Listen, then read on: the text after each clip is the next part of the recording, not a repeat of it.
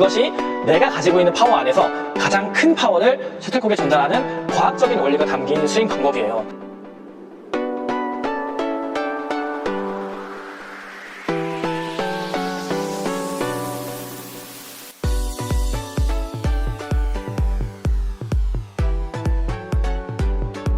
그리고 여기가 배드민턴 스윙을 할 때 가장 강한 힘을 낼 수 있는 위치예요. 모든 근육이 가장 균형 잡혀 있는 위치라 가장 강한 힘을 받아낼 수 있는 위치라고 생각하면 돼요. 이 정도 비슷한 높이가 되겠죠? 이 상태에서 타점을 만들면은 이 정도 높이가 되겠죠? 이렇게.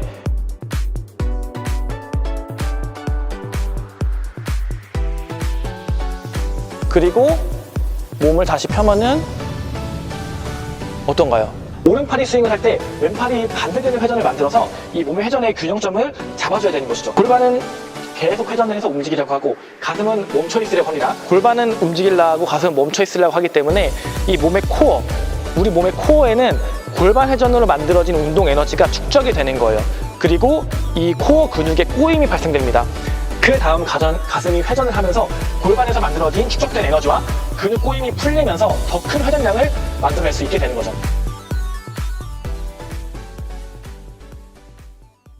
안녕하세요, 유니콕입니다.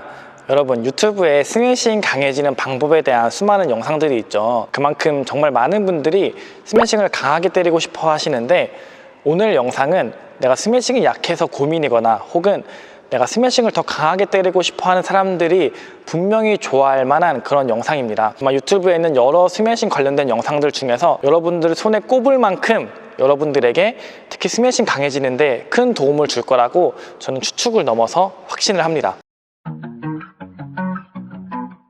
아마 이 영상을 보시는 동호인분들보다 제가 스매싱이 더 셀 거예요. 그죠? 제가 더 강하겠죠.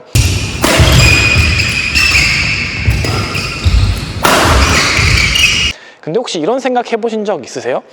웬만한 성인 남성분들은 여자 선수라고 하더라도 여자보다 힘이 셀 텐데 왜 스매싱은 여자 선수들이 더 센지 한번 생각해 보신 적 있으신가요? 저 같은 경우도 저만 해도 힘이 그렇게 세지 않아요. 저는 힘이 세지 않습니다. 근데 제가 여러분들보다 강하게 스매싱을 때릴 수 있는 이유가 뭘까요? 그래서 이 영상에서는 여러분들이 지금 가지고 있는 힘 안에서 가장 강한 스매싱을 때리는 방법을 선수들의 실제 스매싱하는 모습과 과학적인 원리를 근거로 제시하면서 한번 설명해 보도록 하겠습니다. 여러분이 그동안 보셨던 수많은 스매싱 강의 영상에 아마 이 영상이 마지막 퍼즐이 될 거라고 저는 생각을 해요. 그만큼 굉장히 중요한 내용이고 중요한 내용이다 보니까 영상이 조금 어려울 수 있지만 이 영상을 이해하시고 연습한다면은 선수처럼 강한 스매싱을 때릴 수 있을 거라고 저는 확신을 합니다. 그만큼 좋은 내용의 영상이니까 꼭 끝까지 확인해 주세요. 제가 최대한 이해하기 쉽게 설명해 보도록 하겠습니다.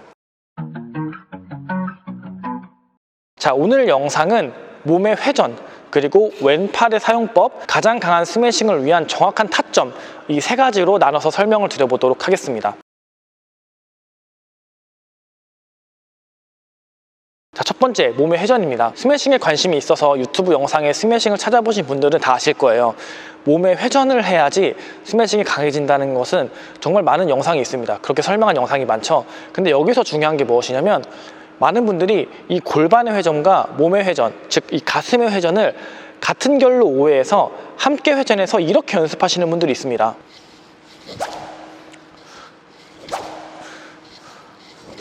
자, 어떤가요?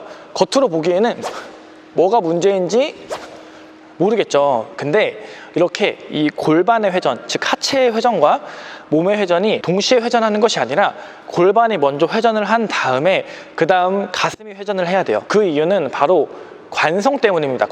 관성의 법칙은 움직이고 있는 물체는 계속 움직이려는 성질을 가지고 있고 멈춰있는 물체는 계속 멈춰있으려는 성질을 가지고 있죠.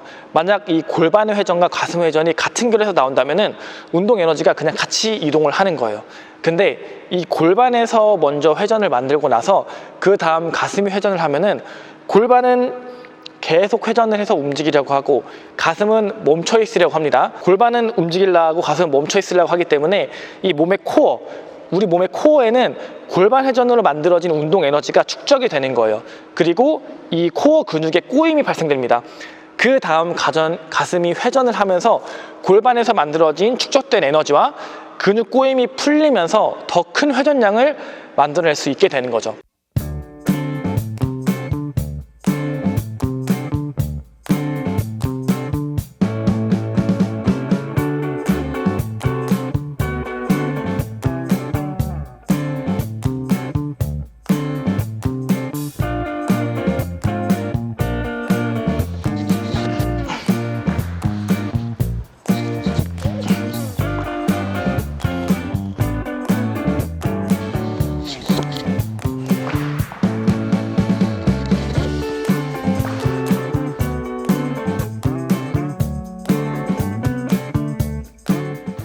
이런 식으로 몸의 회전 가속을 주기 위해서는 하체에서 만들어진 회전을 가슴의 회전과 같은 결로 가져가면 안 돼요. 골반의 회전과 몸통의 회전을 따로 분리해서 골반 먼저 회전을 시키고 그 다음에 몸통의 회전을 전달하는 형태로 스윙 연습을 해보세요. 그러면은 더 강한 스매싱을 때릴 수가 있습니다.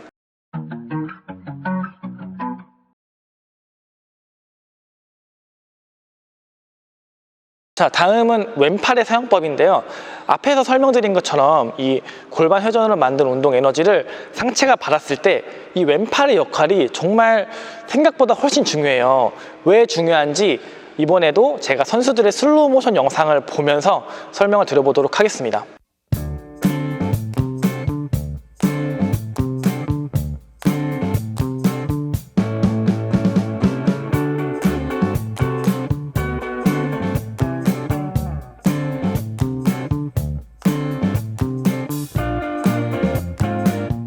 자, 많은 분들이 스윙을 할 때 왼팔의 위치를 어디에 둬야 될지 몰라서 어색해하거나 왼팔을 그냥 이렇게 내리면서 스윙한다고 생각하는데 이것도 틀린 방법이에요. 틀렸다기보다는 더 빠른 속도를 내기 어렵다고 하는 것이 맞겠네요. 여러분들이 생각하는 것보다 왼팔의 역할은 훨씬 더 중요합니다. 자, 제가 방금 선수들 스매싱 영상을 보여드렸죠.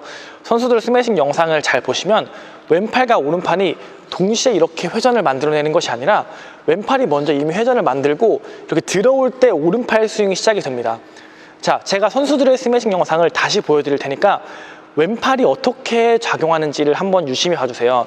이렇게 왼팔이 내려가고서 스윙이 나오는지 이렇게 나오는지 아니면은 왼팔이 돌고 돌아올 때 왼팔이 들어올 때 나오는지를 잘 확인하면서 영상을 다시 한번 보도록 하겠습니다.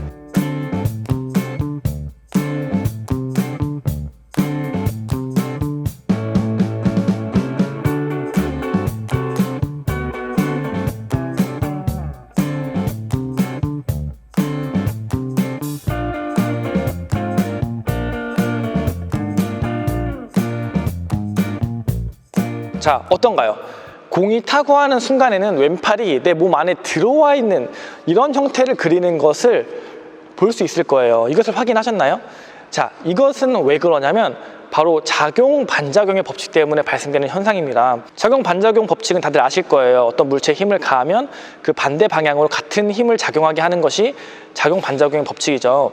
이 법칙이 배드민턴과 이 몸의 회전에 어떤 영향을 주는지, 왜 왼손이 이렇게 회전해서 들어와서 타구해야 되는지 잘 설명한 영상이 있어요. 이 영상은 일본의 굉장히 유명한 배구 분석하시는 분이 계신데 그분이 정말 잘 설명하는 영상이 있으니까 그 영상을 보시고 제가 다시 말씀드려보도록 하겠습니다. 左腕を引きつけるのと同時に右手を前に出して打つというものがあります。先ほど説明した通り、右腕と連動して動かす部分があるため、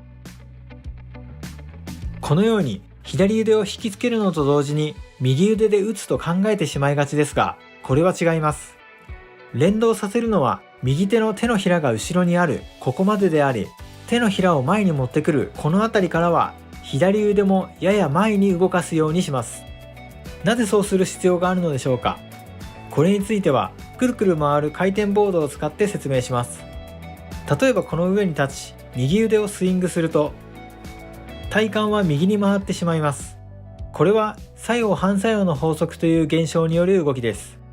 右腕の動きが作用、体幹の動きはその反作用によるものです。右腕を強く振れば振るほどその反作用も大きくなります。強く右腕でスイングしたいのに、このように体幹が右に回ってしまっては力強くスイングすることはできません。さらに左腕を後ろへ動かすとどうなるでしょう。やはりその反作用によって体幹は右へ回りました。つまり左腕を後ろへ引きながら右腕をスイングすると、より大きな反作用の力が働き、体幹は右へ回ってしまうのです。今度は反対に左腕を前に動かしてみましょう。するとその反作用によって体幹が左に回りました。では今度は左腕を前に動かしながら右腕をスイングしています。どうでしょうか。今度は体幹がぶれずに右腕を思いっきり振れました。作用反作用の法則から考えると、左腕を後ろへ振りながら右腕をスイングするより、左腕を前に動かしながら右腕をスイングした方が体幹がぶれずに力強く振れるということです。 자, 어떤가요? 굉장히 흥미롭지 않나요? 물론 이 영상에서는 배드민턴이 아닌 배구에서 몸의 사용에 대한 메커니즘을 설명하고 있지만, 이 왼팔과 오른팔을 사용해서 회전으로 생긴 운동 에너지를 안정감 있는 회전으로 적용해내는 데는 같은 원리가 작용이 됩니다. 즉, 우리가 타구하는 순간 회전과 동시에 파워를 셔틀콕에 안정적으로 전달하기 위해서는 오른팔이 스윙을 할 때 왼팔이 반대되는 회전을 만들어서 이 몸의 회전의 균형점을 잡아줘야 되는 것이죠. 자, 그럼 제가 두 가지를 설명했습니다. 골반의 회전과 몸의 회전을 분리시키고, 그리고 왼팔의 회전이 먼저 들어가고 오른팔이 나온다. 이렇게 이 두 가지를 적용해서 스윙을 어떻게 하면 될까요? 이런 형태의 스윙이 되겠죠. 왼팔 돌고 골반 들어오고 그 다음에 몸 회전한 다음에 스윙이 나오겠죠.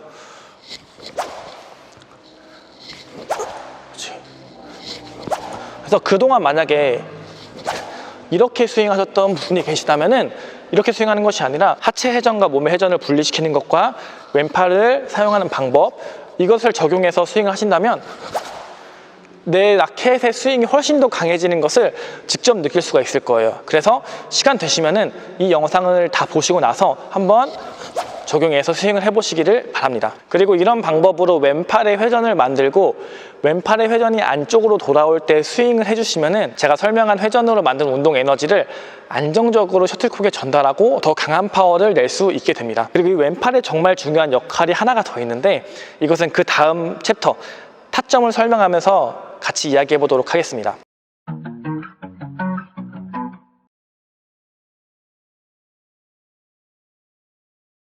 자, 세 번째는 가장 강한 스매싱을 위한 타점이에요. 아마 이 부분이 가장 헷갈리실 거예요. 근데 제 설명을 들으면서 이 부분이 가장 흥미로우실 거예요.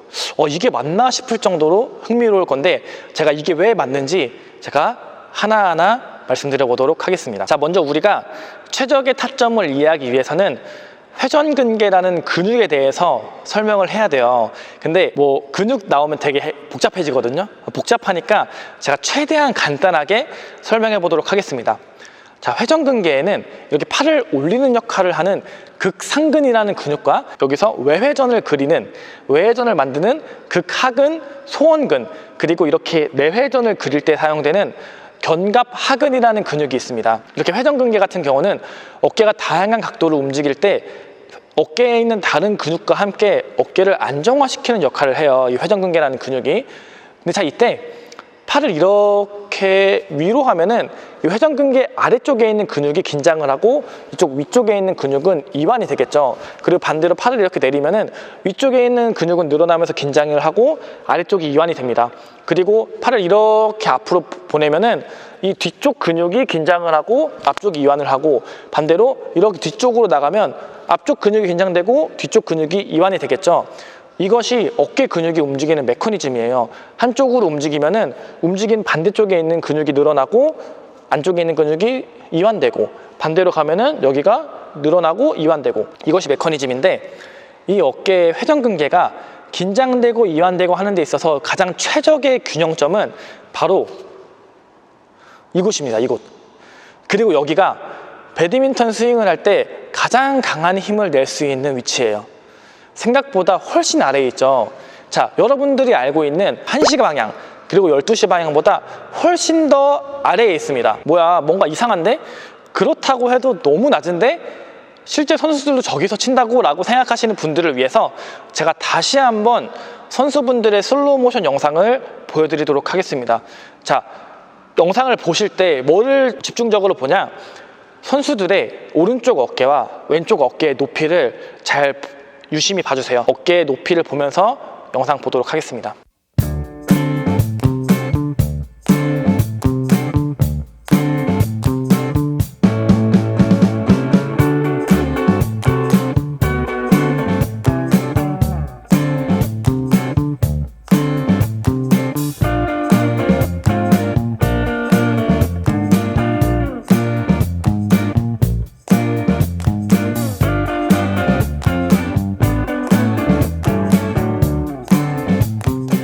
자, 어떤가요? 어깨 높이 보셨나요? 혹시 영상을 봤을 때 서서 몸을 일자로 만들고 스매싱을 때리는 사람이 한 명이라도 있었나요? 아니면은 여러분들이 코치님들이나 선수분들 스매싱 때리는데 이렇게 때리는 사람을 본 적이 있으신가요? 아닙니다. 스매싱을 하는 그 타구의 순간 왼쪽 어깨가 내려가면서 오른쪽 어깨와 이렇게 비대칭이 만들어집니다. 그러니까 이런 형태의 모양이 만들어질 거예요. 아마 이 정도 비슷한 높이가 되겠죠? 이 상태에서 타점을 만들면은 이 정도 높이가 되겠죠? 이렇게.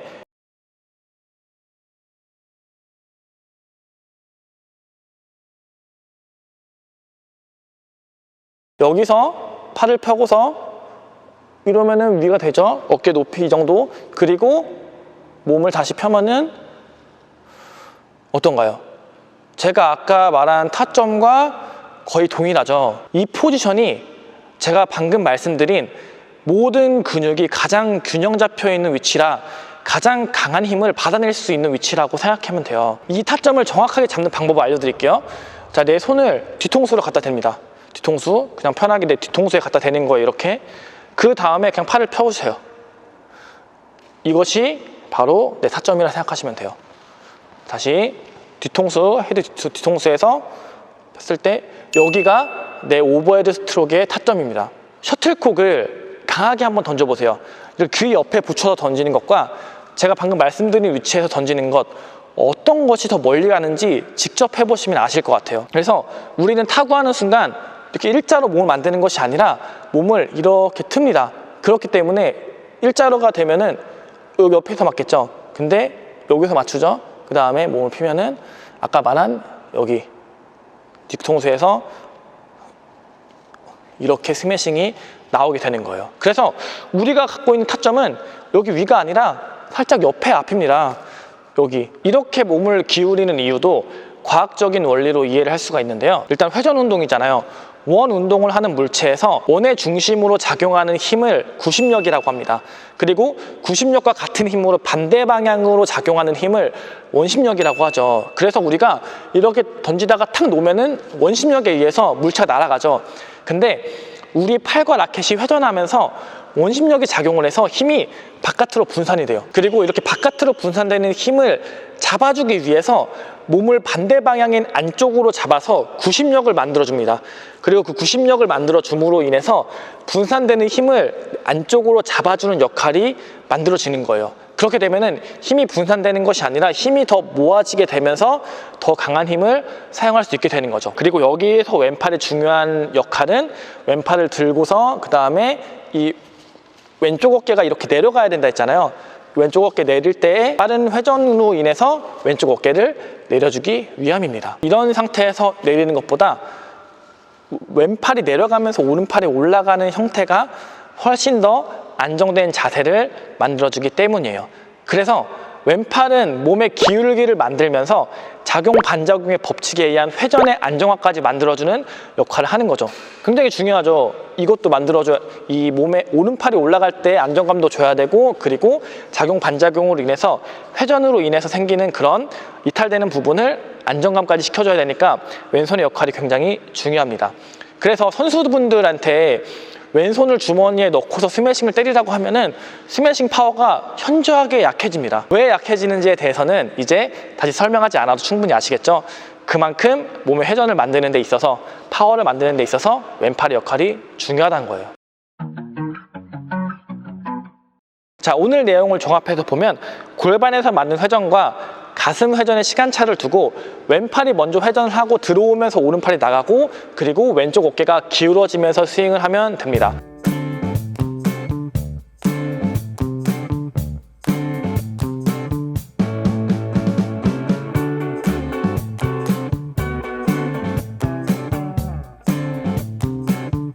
이것이 내가 가지고 있는 파워 안에서 가장 큰 파워를 셔틀콕에 전달하는 과학적인 원리가 담긴 스윙 방법이에요. 내가 가지고 있는 힘 그 이상의 스매싱을 때리지는 못할 수 있지만 이것이 바로 여자 선수들이 더 힘이 센 남자 성인보다 강한 스매싱을 때릴 수 있는 이유입니다. 이분들은 갖고 있는 힘 안에서 가장 센 형태의 스윙을 만들 수 있기 때문에 이 메커니즘 자체가 무의식 중에 잡혀있기 때문에 강한 스매싱을 때릴 수가 있어지는 거죠. 자, 어떤가요? 오늘은 스매싱에 대한 내용을 온리 파워의 관점으로만 설명드려 봤습니다. 오늘 설명드린 이 하체에서 끌어온 몸의 회전, 왼팔의 사용, 그리고 타점, 이것이 바로 선수분들이 스매싱이 강한 이유예요. 선수분들은 이런 메커니즘이 몸이 알고 있는 거죠. 몸으로 체득했기 때문에 약하게 때리는 것 같은데도 강한 스매시를 때릴 수가 있어지는 거예요. 근데 여러분들이 아쉽게도 이것을 그냥 안다고 해서 강한 스매싱을 한 번에 내기는 어려울 거예요. 왜냐하면 정말 중요합니다. 왜냐하면 오늘 설명한 스윙은 스윙의 최종 단계이기 때문이에요. 스윙의 최종 단계. 배드민턴은 특이하게도 이 스윙뿐만 아니라 손목을 사용할 수 있어야 돼요. 손목. 그리고 그 손목을 자유자재로 사용하기 위해서는 그립을 정확하게 잡고 그립이 손목과 어떻게 상호작용하는 방법을 익혀야 돼요. 그리고 그 다음에 오늘 설명한 것처럼 스매싱 메커니즘을 연습해서 만들어낼 수 있어야 돼요.